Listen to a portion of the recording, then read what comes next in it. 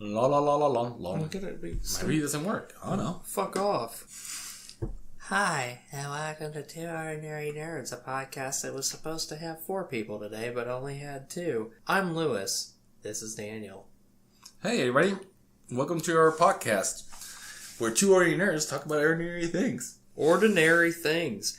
Like what? Nerd? What? Who? Wonder? What? Like wondrous things? That's a horrible intro.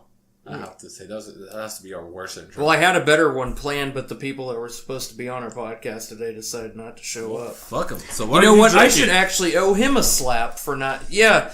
Hey, for the person that was supposed to show up today, we're going to make it to where you owe me two slaps and I owe you one. Wasn't it 4 slaps? No, it was 3. Oh. But now I owe him 1 and he owes me 2. So what are you drinking tonight?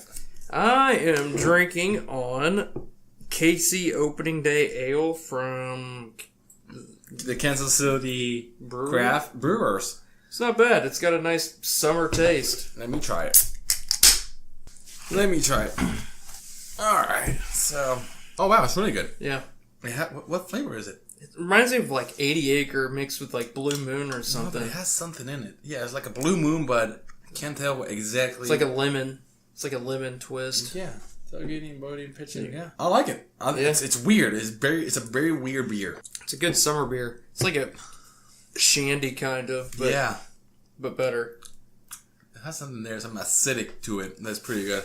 Yep. But yeah, in this episode we're going to talk about good old Wonder Woman. Our review on Wonder Woman and what we thought. Stay tuned for our next episode because we'll be talking about E3. Yeah, it's also going in the same week as this, so you get a bonus bonus round. Exactly. So let's get our lasso of truth, and now we will only tell the truth about Wonder Woman.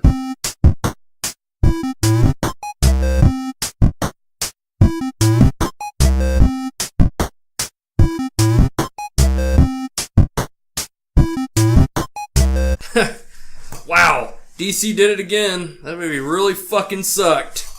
I mean, so bad. I'm just kidding. That movie is actually really good. I liked it. I really enjoyed it. It was fresh. Before we start, I just want to shut it out there that it wasn't good just because it was a female superhero. It was good. It was all around good. It was. This beer has to be pretty strong. Baby. The female superhero. It was a fresh and something new. It was, but it didn't. I don't think they made it. Yes, like it's girl power and fuck men. It was like you could understand their perspective and they did it pretty well. I actually pretty enjoyed it a lot. I liked how because even though she was kind of secluded her whole life, they didn't make her out to be like this ditzy girl that was like, oh, ha, ha, man, I saw your penis. Like, she was just, I know what that is. I don't need to waste time being like, oh, ha, ha, he has a dick. They did a little dick joke when he was naked. Yeah. But it was well played. It wasn't distasteful. It was, I think it was to use, like, the wording was pretty well because they were using, like, what is that? It's a watch. Yeah. Like, oh, it's a, I think, and they were using that, so they tackled that, like, in a unique, fun way that wasn't distasteful,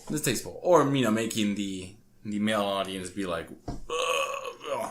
Yeah. I think it was good. I think I enjoyed it quite a bit. For me, I compared it to as good as Thor 1 because I really liked Thor 1 because they had like the really good fight scenes and it was a good movie, and Thor 1 had one good fight scenes that Thor 1 had. Well, the beginning fight scene was good. Which beginning fight scene? The one where they're on the ice level. I liked it, but I think you're talking about Thor 2. No, Thor 2 wasn't that good of a movie. I liked it better than Thor 1. I thought that it was a great movie. I would own the movie, but I wouldn't chalk it up to be as good as like Avengers or Guardians if we're comparing movies. Of course, DC doesn't. This is their 3rd movie, so they don't really have any movie. Well, I guess it's their 4th if you count the Superman movie. I completely disagree with you. I thought it was way better than Thor 1. I thought it was by far the best superhero movie of this year. 2017. Excuse us. Which I think it was better than Guardians of the Galaxy 2. It was good. It did good things. It did some things that weren't so great. But, you know, like there's a few movies that I think they're I think it was comparable to I don't know what to compare it to, because I think there's so many movies in the Marvel universe you could compare it to, and I think Iron Man 1, a great movie. You know what? Actually, you know what? That I didn't even think about that. That's a. I think DC should have started with this movie. You know what's funny is like most people go into like, in a sense, for like a DC universe, people are like, oh man, even like with Arrow, they're like, everyone keeps asking, when are they going to put Batman in it? Because everyone loves Batman. But for me, I'm more interested now in her character. Like, I'm more excited to go see Justice League for her and Jason Momoa, because, I mean, he's called Flash for me. I'm more interested in Flash. I'm excited for Flash because he looks like he brings comedy to it. But I'm more excited to see her character and how she keeps all these people in line, because I really like how she's just strong-willed, and how, you know, you go through some movies where, oh, I don't want to... Like, Black Widow she's strong-willed, but she is kind of like in behind Captain America. Well, unfortunately, I think I'm going to cut you right there. That's fine. With Black Widow, you can't compare Black Widow with Wonder Woman. But Wonder Woman's a superhero. Agreed. She can hold her. She's beaten. She has Superman. She is one of the top dogs. Black Widow is not a top dog. But what I'm talking about is as in a strong female character. Well, it was nice to see someone she didn't give a shit about anybody. She was, you know, when they were in No Man's Land, she understood what Chris Pine was trying to say about, hey, you know, we have a mission, we don't need to go there. But yet she was like, I understand what mission we have to do, but this needs to be done because these people are being affected by this army and they're being enslaved. And this is my duty. My duty is to make sure that the people of Earth are safe. And so she did that, and she went into No Man's Land like a fucking boss. I think it's a good time for us to, like, basically, let's jump back, let's do 2 steps back, do a little synopsis, okay, so our listeners can understand what we're talking about, the ones who haven't seen it or don't care the spoilers. But yeah, just give them a basic synopsis, so... I'll leave the synopsis to you this time. Alright, well, usually I do it. Basically, so Wonder Woman she was raised as an Amazonian princess, but she wasn't raised to be a warrior, but she always had that, like, fire in her, so she went to her aunt and basically begged with little mischiefs to train her. So she trains her.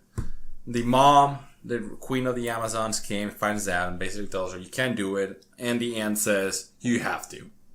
You know, Ares, who's the big bad guy, the god of war, is going to come in someday. So she has to be ready. The mom agrees and trains her. And then basically she becomes like the best warrior of all of the Amazonians.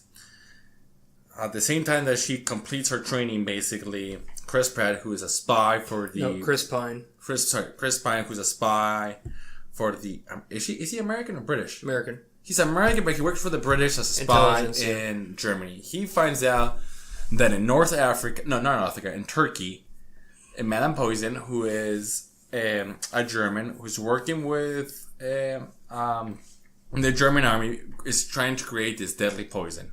He steals his research and basically gets in a plane and runs away with the German army chasing him. He gets shot down.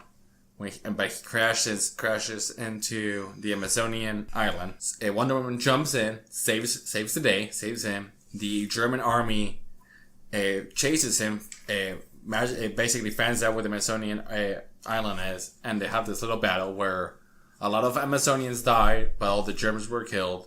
And in that battle, the aunt dies. So when they're interrogating Pine, he basically says, the war they were fighting is World War I, and it's commonly known the war to end all wars, which is not technically true. But that's how they labeled it. But yeah, then. I mean, I know. That was my little joke. Yeah, I wouldn't. Hopefully, they side note. When I was watching the movie, when they said that, I was like, "Huh." So Wonder Woman's been through this whole time period. What'd she do about Hitler? Yeah, I will go back and mention that. Okay. So basically, he basically tells the war of all wars. Who's the god of war? Ares. Who's the enemy of the Amazonians? Ares. So she decides, I need to go there because Ares is influencing and he has to be sure part of the Germans. So she goes with Chris Pine to England, gets the, has a little fun little cultural shock between, World War I England where everybody's very uptight versus her that's very more open-minded. And they recruit the little unit and try to go to where Ares is building the bomb and stop it. So she goes there. They have the great battle. Belgium. They go to Belgium and they have this really great battle in No Man's Land where people are dying and Wonder Woman is like, no, I need to save them. So she basically crosses No Man's Land, kicks the butt of the Germans, and then the British could basically move forward a little bit. In that process, she also liberates a city.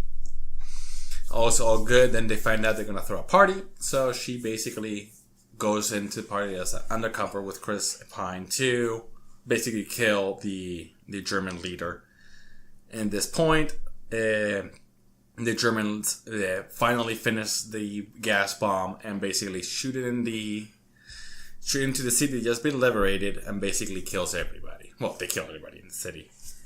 In this rage moment, Wonder Woman goes to the military base and fights the German leader that Madame Poison basically created the serum to make him super strong in a short duration of time.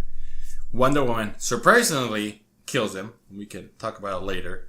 But nothing changes and she's like, what the hell? Maybe the humans are not as good as it tells. Little does she know that Ares was playing the British all along and he was influencing and trying to get the war to continue. In that moment, there's a big fight scene where Wonder Woman is basically loses against Ares because she's lost hope with humanity. But Chris Pine does the ultimate sacrifice and destroys the plane where all the bombs or all the gas bombs are. That regains hope with America, with Wonder Woman, basically realizing that Chris Pine loved her and he loved them, giving enough power to destroy and kill Ares, the god of war. And back to present day where he says she would never give up because love is the most powerful, blah, blah, blah. That's basically much a quick synopsis. I jump huge parts of the story because we're going to talk about them. But I was going to ask you, let's start with what you didn't like about it, and then let's... Well, that's interesting because we usually start with what we do like. I know, so but I think this part is going to be... I think it's going to be much shorter. I would agree with that. And then we're going to talk about the good stuff because there's a lot of good stuff to talk about. What I didn't like. First and foremost, I would say I don't like Ares' armor. I like how it symbolized the armor of the comic, but I think it would have been a lot... I just feel like he wasn't a god when they still... It looked like a dude at Comic-Con. Do you think the problem was the actor of Ares? Oh, no. He's a great actor. And he plays him as Ares. He plays a really good job as villain, and I like I him. wish that he could transform and be more bigger. Agreed. I feel like... I'm glad they didn't go crazy like that stupid, evil, whatever they had at the end of Suicide Squad. How they had like the Enchantress? Not the Enchantress, but her brother. Okay. How he kind of looked ridiculous. Horrible CGI. I'm glad they made him... It didn't look like bad CGI. My thing is I think it would have been cooler if they would have blacked out his face like in the comics where it was just the red eyes and then the mask. Because I feel like he just looked like a dude that was in Comic-Con that had like a really kick-ass costume that he spent a lot of money on. He was a badass villain, and I think that was my favorite part. One of my favorite parts of the whole movie is they had the surprise. Like, I was not expecting him to be Ares. Like, out of everybody, I saw it. I saw it pretty quick. I should have, because the first thing I saw him, and like right now, I don't know if you watch it, but I watch Fargo. And Fargo every season is different season. Well, right now that same guy is playing the villain in Fargo. And I think he did a great British job. Like the little. I think they should have done something different. Maybe it's the costume, but I did not like. He's in Harry Potter. He's a great actor. And this has nothing to do with the villain. This has nothing to do with the actor. It has something to do with the writing or the aesthetics. Yeah, it's just me. I did not personally enjoy the aesthetics of the character, not the performance, just the aesthetics. I think that's where my argument is too, because I don't think he didn't look like a god. Like she felt like a god. Like even if she was a smaller person, like her power, like just the way she acted, her presence, she felt like a god. And even when she didn't realize she was a god, she still acted like one. I don't know what it. Something I didn't like also is I feel like it wasn't like the World War One that rested. I didn't feel like they really show the horrors of that movie, of that war. Yeah, like Verdun, like with the mud and with like the mud, but I mean the drowning gas and people. Like I wish I know they try to keep it PG, and then that's the reason why. But everybody knows that this is our podcast. I love World War One. That was one of the worst wars, like with the chlorine gas. I wish I could see more or less like the people in the town like choking, or people in the barracks choking, something like that. And I understand why they did it, but I like if you read history and you read the World War One, it was a nasty, nasty war. I feel like that No Man's Land. It would have been like way worse. It seemed like there wasn't any bodies in there. Yeah, I wish there was like when she was walking, she can realize. Verdun was more so like the 9th episode of last season of Game of Thrones, and not as much bodies piled up. They were scattered out and hiding under mud, but when she's walking, grotesque. The No Man's Land feel. It was a cool scene. Don't get me wrong; it was awesome when she was boom, and the scene afterwards is even better. But I think they tried they lowered the PG a little bit too much, and that would be a great place to show like the horrors of war, because they were showing the horrors of war, but they didn't really show it. I understand they couldn't go saving Private Ryan and Wonder Woman, but I was hoping Private Ryan. I think what we need is like a Band of Brothers show, but for World War One instead of World War II. Yeah, that's true. But that's the thing that you don't like. And the second thing, like you mentioned, where the fuck was she with Hitler? Yeah, like I get it. They just jump from like World War One, which is the war to end all wars, and I'm like, okay, World War One was bad. We lost. There was a shit ton of people that died. But if we're counting World War One versus World War II, World War II was real bad. We have you'd think that she would be like, okay, I'm going to be here part of this.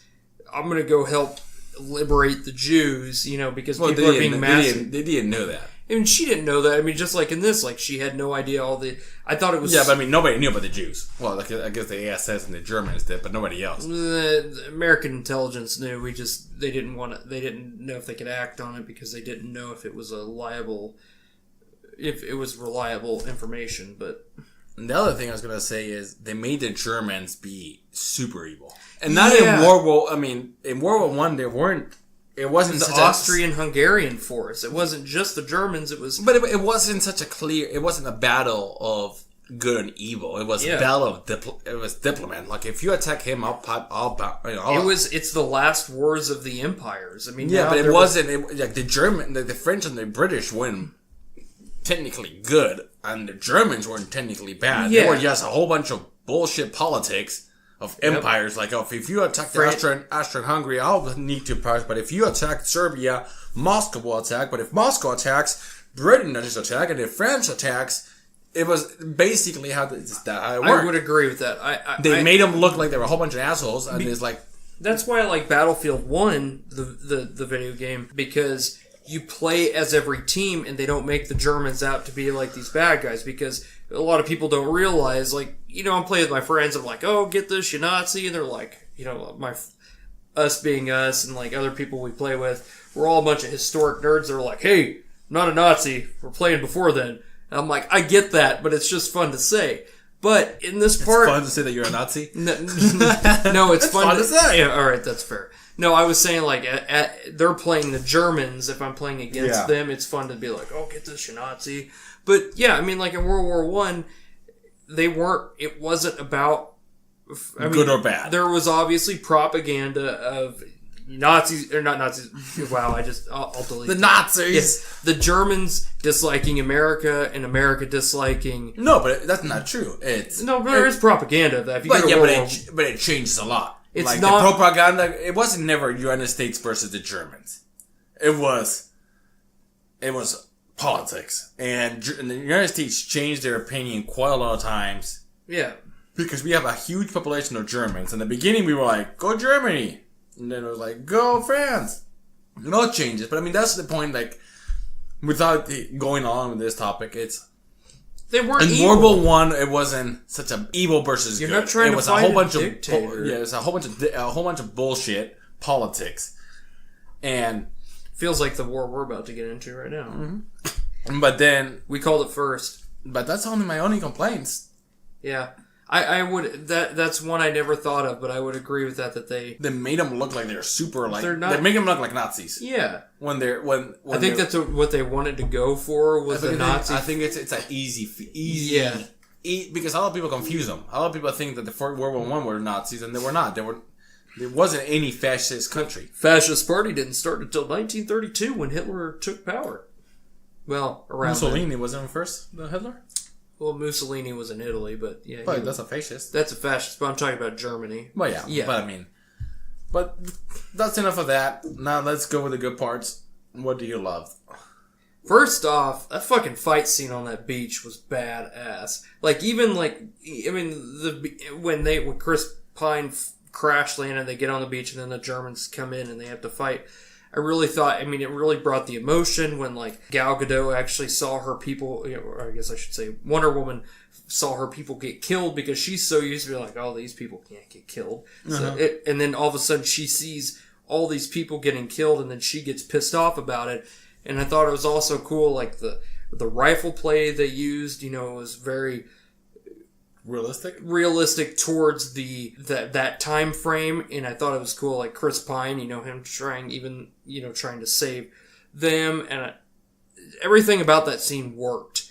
And I really like the other part I love is the team they came up with. They had the Native American guy, they had the Indian guy. I was gonna go back with your say of the battle. I thought it was I think the Princess Bride, Robin Wright. Was amazing. House of Cards. It's kind of nice to see a princess become a general for once. But it was an amazing scene. It was clear. Buttercup killed it. Mm-hmm. It was clear that how they're stronger, faster, but they can still be easily wounded with modern technology. Yeah. So it put some emphasis in the future movies where if the Amazonians have to attack somebody, they're still vulnerable. She's immortal. She's not invincible. The Amazonians. I'm just saying the Amazonians. Yeah, that's what I'm saying is that they put a great emphasis on the fact that yes, they are immortal. Yeah, so but they're not. They could not die from being 600 years old or just like Dracula. It's like Dracula's immortal, but you can still kill him. Yep. But she did a really good job. All the Amazonians did a really good job. Every actor in there was great. Mm-hmm. Actress, sorry. I really like how they did a really good job of going with that Mediterranean Greek look. Yeah. It wasn't Roman, it was definitely Greek, which is what it should be. I mean, I'm not a huge DC comic person, but she is it is Greek because they say Ares and Zeus. And Zeus, not Jupiter or Mars. Yep. So that's how you know they're Greek. But there are movies that mess that completely up, and they have, Rome. Not anymore. Nowadays, if you got a good production, they do the research. Stay tuned for the next podcast because I have a lot of complaints about the new Assassin's Creed. Yeah, the Egyptians. Yes. But let's go back what you were saying about the unit cast. I thought it was awesome that they had like a little bit of everything. They did, and they showed, I think one of the few times they showed the actual scars of war. Yep. With the Native Americans saying like, that's my friend, but his people killed all of my people. Yeah, and then which is amazing that they said that. And then the Scottish had the nightmares and terrors, and still was like. And why he couldn't. I really enjoyed that. Like, you know, a lot of war movies you see nowadays. Saving Private Ryan is a great one. You know, snipers have a job to do, and it's one of the hardest jobs that are out there. You see the face. But you see the face, and I really liked how they put in there where he saw the face, and he's like, I can't do it. But before he's like, oh, if I don't see the face, it's not an issue to me. So if he's got his back turned, I can do that. But or he's far away where he can't see the face. Yeah. But it was great. I mean, they had a little bit of everything. Of course, they all had their classical traits. Mm-hmm. Like, you know, you had the guy who can talk about anything, the sniper who has like this little charm. I really liked how they put the Indian guy in there because he was, you know, that army was kind of a big part of World War I also. The Native American? No, the actual from India, the guy. Oh, yeah. Yeah. Or Morocco. He was their thief, kind of. Thief that can talk about. He basically talks and gets away with it. He was their theater. He's like, oh, I wanted to be an actor. Mm-hmm. Yeah, I really liked the diverse cast. It really shined a light on the movie and really made it. But they never made a fuss about it. Yeah, that's important. Like for me, it's like I'm about diversity. I want it to be natural. I don't want it to be forced. Even like the female versions, like where she was, you know, trying to wear her Wonder Woman outfit, and he's like, whoa, you gotta cover up. That's not, you can't do that these days. And then, you know, I like how the secretary talked about women's suffrage. Yeah, she was just like, yeah, you know what? She's like, you know, I'm not about not hitting them with my fist, but she's like, we have to fight them with our words because that's how we're going to get our vote. Yeah, her name is Lucy Davids. And she did an amazing job as Candy, I think her name was. And I really like how they showed the aspect of, you know, a female going into. You really, when you watch that part, it's really awkward. Like you feel like in your skin, you're like, oh, this just feels really weird. But to be honest, that outfit nowadays you won't see it. You don't see that walking down the street. I mean, there's people that wear pretty short skirts. Well, yeah, but I mean, the thing. You don't see it every day-to-day basis. It is a pretty revealing costume. Yeah, it is like a revealing costume. One thing, but there's nothing wrong with it. Yeah, I mean, I'm just saying, like, it's still even today. If a woman would wear that clothes downtown, she will still get looks, unfortunately. I really like how in this movie, you know, you're so used to seeing them cast a female that is robust or somebody that is just like, oh, you know, if we're putting them in like a clothing like that, they busty. Yeah, they gotta have big boobs and they gotta have this and they gotta that. Oh, she is incredible. Like she is gorgeous. And she was Gal Gadot is amazing. She was pregnant. And but my thing is like I really like how this. I'm hoping this shifts the norm of movies where we're more worried about looks than acting. Where versus this movie, this girl fucking knocked it out of the water, man. Like she is just such a good actress. She's from Israel, I think. Yep. She is not. She did a really good job. She was strong as hell. Like, oh yeah, and even when she was in Fast and the Furious, she was a really strong character. I mean, like her death scene in Fast 5 was to save her boyfriend. She jumped out and shot this dude in the air before landing on the tarmac. And I mean, she's always been, you know, everything I've seen her in has been a strong-willed character. She does a great job. I have to say, like, Gal Gadot does a really good job. Yep, I'm very happy. Something I liked a lot was how you say it? It's the story. It made sense. It was like, there was like the story overall was good, and I think they should have started the DC universe with her. Agreed. To go with her, Superman, then Batman versus Superman. Nah, I think it would have been better if it was Her, Superman, Batman. There's no Batman, so you can't put that there. Why? Because there's no Batman. You don't know if it's good. It could be a Batman, it could be rubbish. True, but if you go with the going rate of Batman movies, already has a whole bunch of movies. If you think about it, though, the Batman was the best part of Batman vs. Superman. So if you go with that context and say, okay, we have that Batman has his own movie. I don't know. I think Batman it's like Spider-Man. There's a lot of movies. Let's you don't need to have. I was gonna be Batman. First, Wonder Woman, Superman, Batman versus Superman. Then go with a Flash or a Flash. Then the Justice League, and the Justice League introduces Aquaman. Then have like a Green Lantern. So I just think this movie if this movie was the first, I'm pretty sure they would have realized the good things about it and changed a lot of things. All right, we're at our time. How many beers? What would you give it? I'll give it a 4. 4.5. I'd give it a 4. I liked it. I recommend it. I would own it. I'm gonna buy it. Yeah. And it's kind of fun to at least now we have a strong, finally a pure strong female hero. Not a I'm Black fucking Widow. excited for Justice League. Like Justice League, I was looking forward to, but now I feel like I'm more excited because. Just like, with Avengers, just like Avengers, I was excited for that because of Iron Man. Like, it'd be cool to see Iron Man connect with all these characters, and I liked all those characters, but I really love Iron Man. But and it's like this. But the funny part of Avengers, the best 2 parts were basically Hulk and Thor, in my opinion. Yeah, I mean, the whole moment when he destroyed Loki, and that moment where Thor and Hulk. Punch each other, or the little duo where Hulk stabs the little flying snake and Thor just basically smashes it with a hammer. I would agree with that, but like Tony Stark did have one of the better parts too when he has to realize when he comes to not being the playboy.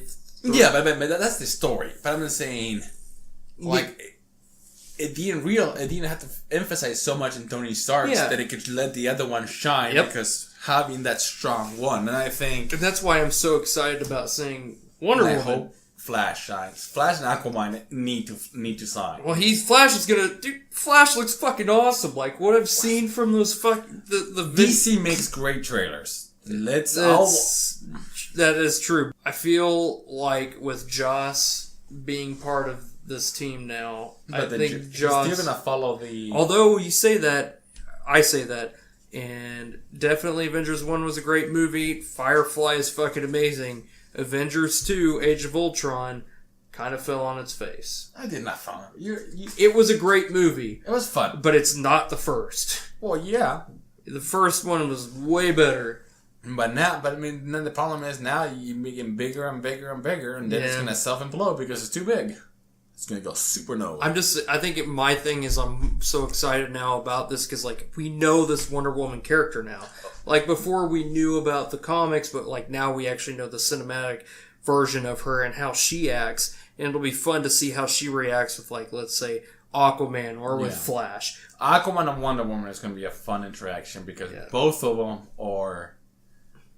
Technically, it's going to be fun to see Aquaman and Wonder Woman together. But before we let go, I just want to say...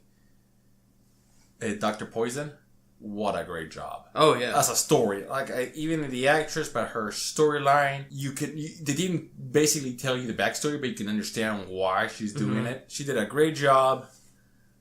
Like, all the female actors did a great job, all the male actors did a great job, and that's kind of weird where you can't complain about the actors. So... Chris Pine did great.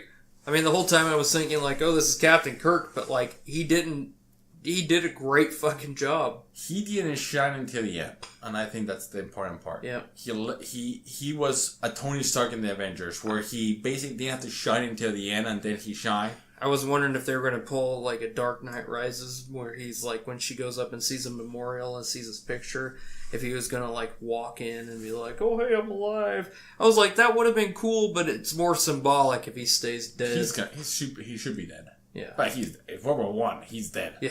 There's no coming back from that war. Yeah, he's dead. All right. And if he shows up, he's like, Follow us on Two Ordinary Nerds at Facebook, YouTube, Twitter. And just download us from everywhere you get your podcasts. Yep. If you download this one, you know where to get us. Cheers. Cheers.